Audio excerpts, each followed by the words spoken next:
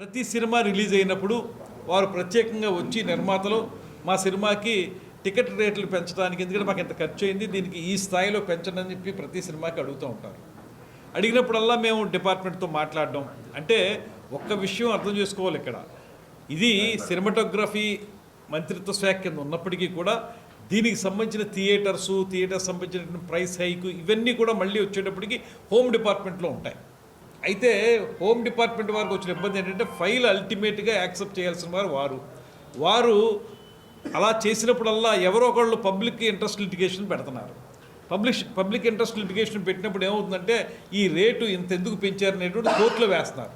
కోర్టులో వేసినప్పుడు ప్రతి సినిమాకి కూడా ఆ ప్రిన్సిపల్ సెక్రటరీ గారో లేకపోతే ఆ డిపార్ట్మెంట్ చెందినవారో కోర్టుకి వెళ్ళి సమాధానం చెప్పుకోవాల్సిన పరిస్థితి వస్తుంది. ఇవాళ అలా చేస్తున్నప్పుడు మాకు ఇబ్బందులు ఉన్నప్పటికీ కూడా డిపార్ట్మెంట్ పరంగా కానీ ప్రభుత్వ పరంగా ఇబ్బందులు ఉండి కోర్టులకు వెళ్లాల్సిన పరిస్థితి ఉన్నప్పటికీ కూడా నిర్మాతలు అంటే వాళ్ళు ఒక్కళ్ళే కాదు, నిర్మాతలు, ఎగ్జిబిటర్సు, డిస్ట్రిబ్యూటర్సు, వాళ్ళ మీద ఆధారపడినటువంటి వందలాది కుటుంబాలు, వాళ్ళకి అయ్యేటువంటి వ్యయ ప్రయాసలు, వడ్డీలు పెరిగిపోవడం, ఇవన్నీ దృష్టిలో పెట్టుకుని వాళ్ళకు రూపాయి రేటు పెంచితే వాళ్ళకి ఉపయోగపడుతుంది అనేటువంటి మాట. రూపాయి రేటు వాళ్ళకి పెంచితే అందులో పావళ మాకు జిఎస్టీ ద్వారానో ఎస్జిఎస్టీ ద్వారానో మాకు రాష్ట్రానికి కేంద్రానికి కూడా వచ్చేదానికి అవకాశం ఉంది. దీనివల్ల కూడా దృష్టిలో పెట్టుకుని ఇది డిప్యూటీ సీఎం గారు చాలా కేటగారికల్గా క్లారిటీ ఇచ్చారు ఆయన. అలాంటి సమయంలో కొంతమంది, అందరం నేను అన్న కానీ సినిమా ఇండస్ట్రీలో కొంతమంది మేము ఎలా అయినా చేసుకోగలం, మేమే చేసుకోగలం, మాకు సహకారం అవసరం లేదు అంటే మరి ఏ ప్రయోజనాన్ని ఆశించే వారు ఆ మాట అన్నారో నాకు తెలియదు. అదేవిధంగా మరి ఎవరి ప్రోద్బలంతో ఆ మాట అన్నారో కూడా నాకు తెలియదు.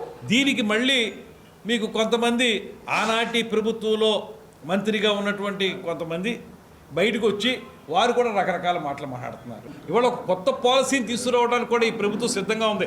ప్రతిసారి మీరు ఎవరుంటే ఆ ప్రభుత్వం ఉంటే వాళ్ళ దగ్గరికి వెళ్ళి దేహి అని అడగక్కర్లేదు.